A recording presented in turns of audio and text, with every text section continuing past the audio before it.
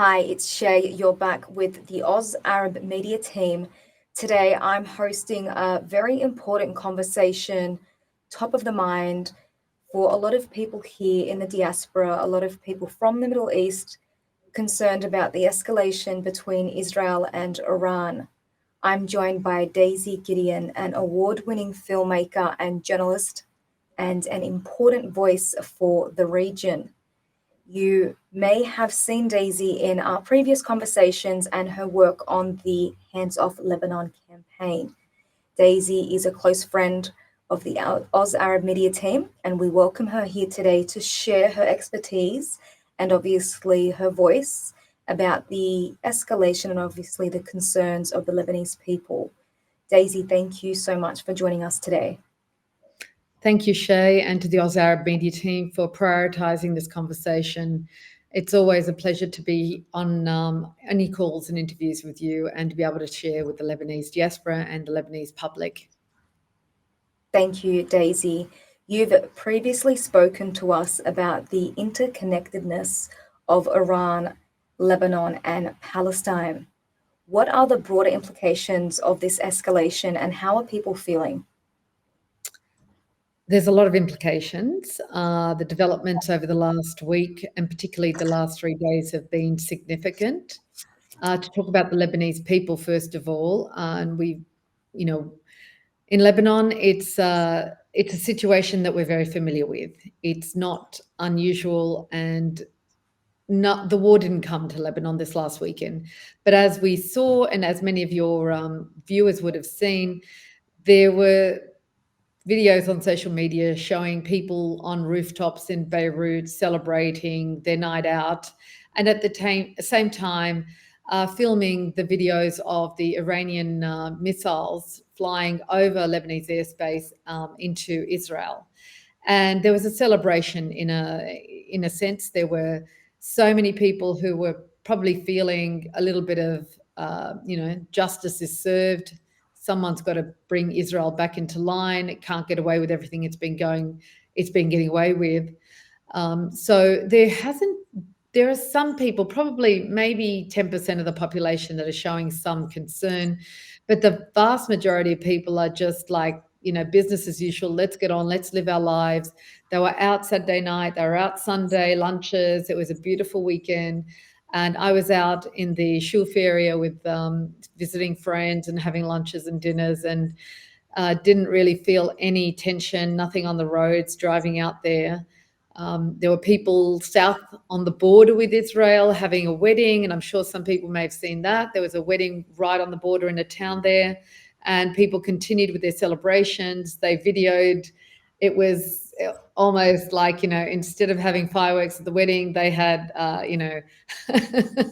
live event of these screaming rockets and missiles flying overhead, but nowhere near Lebanon. I mean, not they were so high, crossing over the airspace. So in reality, the situation here is calm. There has been political discussions over the weekend. There's a great deal of political activity on the ground, with the president calling an emergency meeting on Saturday of the security cabinet and all the security forces to determine how they're going to respond, what they're going to do. And it's very clear that their conversations also with Hezbollah were that there was going to be no retaliation and no involvement of Hezbollah in this, in support of Iran. The Deputy Prime Minister, Tariq Mitri, announced clearly that his conversations with Hezbollah were very, very, very clear, that there was not going to be any involvement by Hezbollah in supporting Iran's, retaliation on Israel. Certainly a very in-depth, obviously, detail of people and their perspectives on the issue in Lebanon. You've spoken about that interconnectedness, like I said before. Where were you when it happened? How did you feel? And share with us a little bit about how things may escalate. So it all started on Friday, and I was, at home and working and following the news as I normally do. And also over the weekend, as I mentioned, I was moving around, visiting friends. And as the escalation continued, the retaliations continued over the 3 days, we were keeping an eye on it. I felt personally that it was time that somebody brought Israel into line. Now, I am talking about bringing Israel into line because of the last 20 months, 21 months of it annihilating the Palestinians and devastating not only Gaza, but the escalation of attacks on Palestinians in the West Bank, the continued growth of the settlements in the West Bank against international law. And then it's violations of Lebanese airspace, Lebanese sovereignty, and doing the same now on Iran. So it's been attacking Iran. It's attacked Iran previously, and this was a bigger attack, an alleged preemptive strike, which is, rubbish. They've been claiming to have, they're claiming that Iran wants the destruction of Israel. This is propaganda that they want the world to believe, and that's why they've got to take these actions in self-defense. This is just a narrative. This is just a false narrative that they're trying to convince us is why they need to take these actions. But in all honesty, I was buoyed by Iran's response, because for me, this is about international law and about justice. And Israel has gotten away with so much and killed so many Palestinians. The numbers are around 60,000, but in reality, it's well over 200,000 by the time they will ever find those bodies that are buried under mountains of rubble across Gaza, and hundreds of thousands who've been injured and maimed forever. So, when you watch this going on and the violence it's committed against Lebanese territory, the destruction of villages and homes and towns across southern Lebanon and the Bekaa region, again, is unacceptable. So when you see someone like Iran, and I'm not a pro-Iranian, I'm not a pro, and I'm definitely an anti-Zionist, you feel like, well, it's karma. Someone has got to do something to stop this evil empire that's trying to dominate and control the world. And that's the way Israel is perceived globally by the majority of people. It's an evil regime. The Zionist regime of Israel is an evil regime which is supported by the American administration and has been for decades, but even more so now. And I say this with clear confidence and clarity that I am not an anti-Semite. I am not anti-Jewish. I believe in the Jewish faith, and I believe that they have the right to exist as people. There is not an ounce of me that is anti-Jewish. And just to be clear, I am a Semite, and I am one of the people that comes from the Levant region, which are all Semites. So for me to claim, to say that I'm anti-Semitic would be completely inaccurate. But what I am for is international law. What I'm for is justice. What I'm for is humanity. And what we have been witnessing against the Palestinian people in particular, but against many others, is an inhumane act of atrocity and a violation of individual rights. And this is why I speak out against the actions of the Zionist regime that has hijacked Israel. Thank you for that perspective, Daizy. And this is a live interview and a conversation. And here at Oz Arab Media, we welcome respectful discussion and perspectives on the issue. Like I said before, this is top of mind for many people, especially Lebanese Australians right now who are thinking of traveling as well as they do in summer. Do you see this escalation or these incidents as in isolation, or in your view, do they form part of a longer term strategy?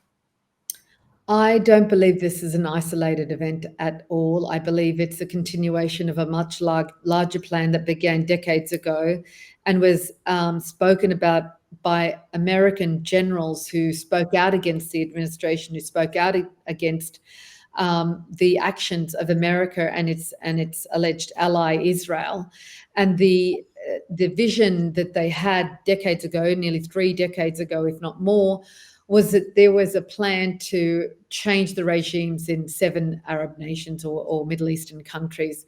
And that included leading into the Arab Spring and forcing those, because it should have, in I think it was 2001, 2002, after 9/11, one of the American generals came out and was, speaking out about how this plan they'd pulled out of nowhere, but in fact there were hawks in the government back then, and their plan was to change the regimes in Lebanon, in Syria, in Iraq, in Libya, and other countries, even Yemen, and they eliminated Saddam Hussein at that time.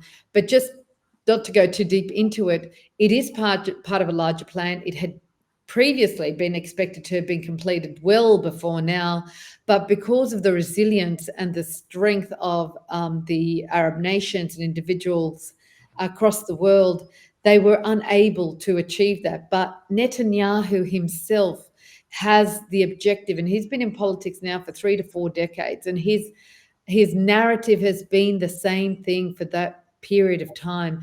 And his objective was to change the face and the shape of the Middle East. And he's slowly been achieving it with America's support.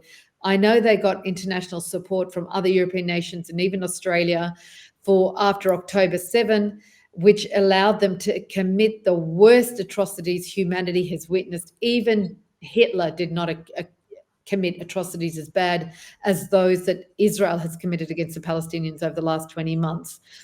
And this is because they've been able to control the narrative in the media, and they can pull the strings of the political leaders around the world because of their strong Zionist lobby that controls governments in America, in Australia, in France, in Germany, in many nations around the world.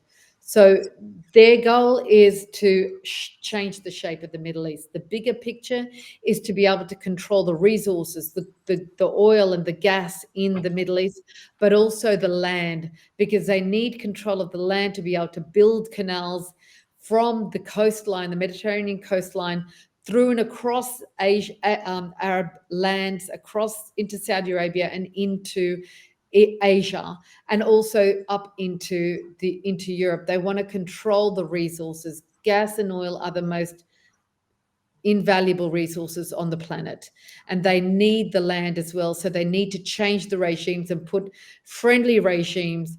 But what happens if they do that is then they can turn it on and turn it off and control the world. This is something that we need to get our head around. America and Israel are trying to control the bulk of the resources of gas and oil, and control the movement of that gas and oil to Europe and to Asia. And if they can turn it on and turn it off, they control the world. And that is the bigger game.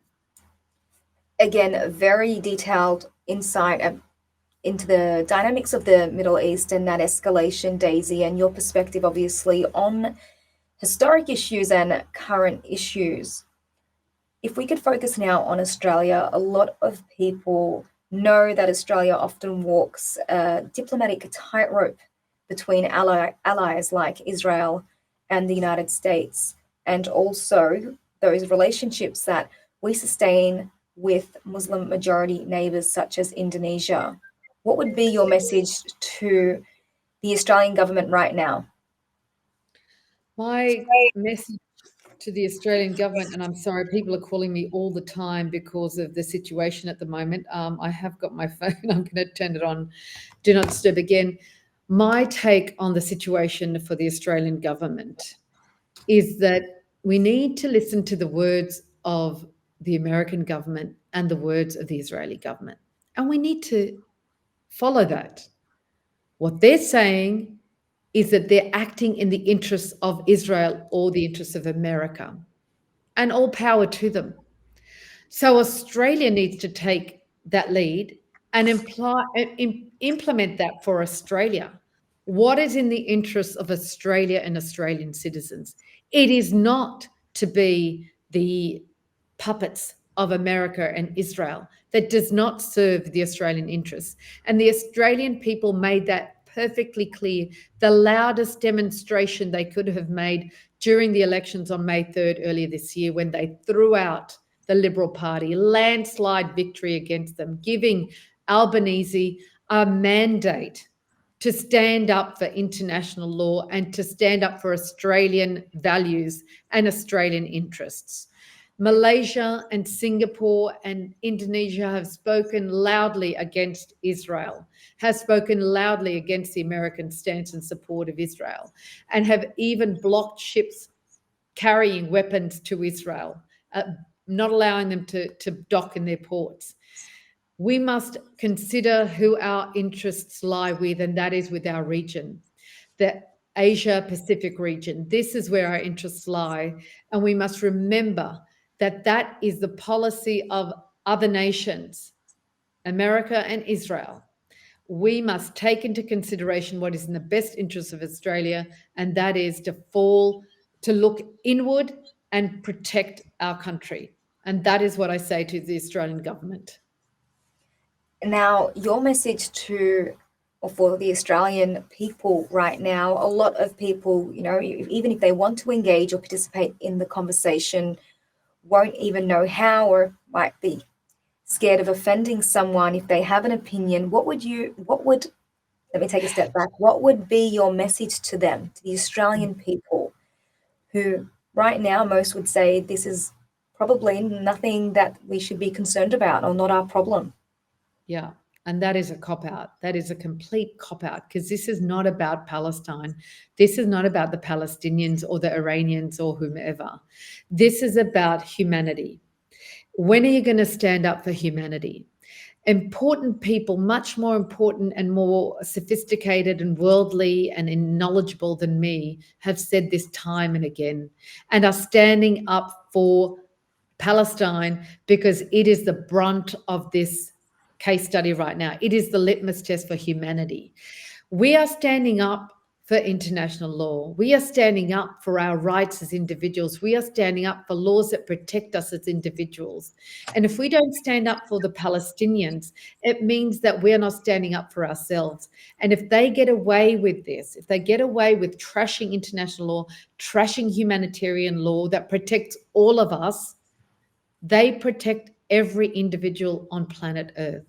And if they're allowed to get away with it, if we don't demand of our governments to follow and abide by international law, then we are giving them the power to trash any other law in our own countries that protects our civil rights.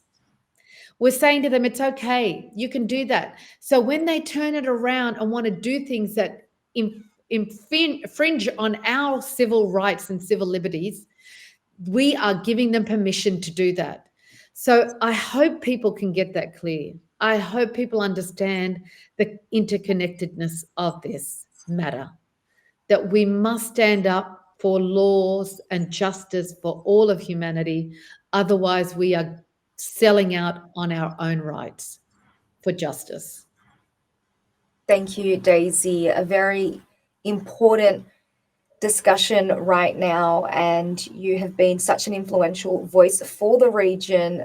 Last question before you go. As a journalist and filmmaker, you've covered so much of Lebanon. How do you balance activism right now and obviously your focus on the truth, which can be offensive, if I can say the least, to many people who might or might not have an interest in the region? The way I balance it is based on my values. It's not difficult.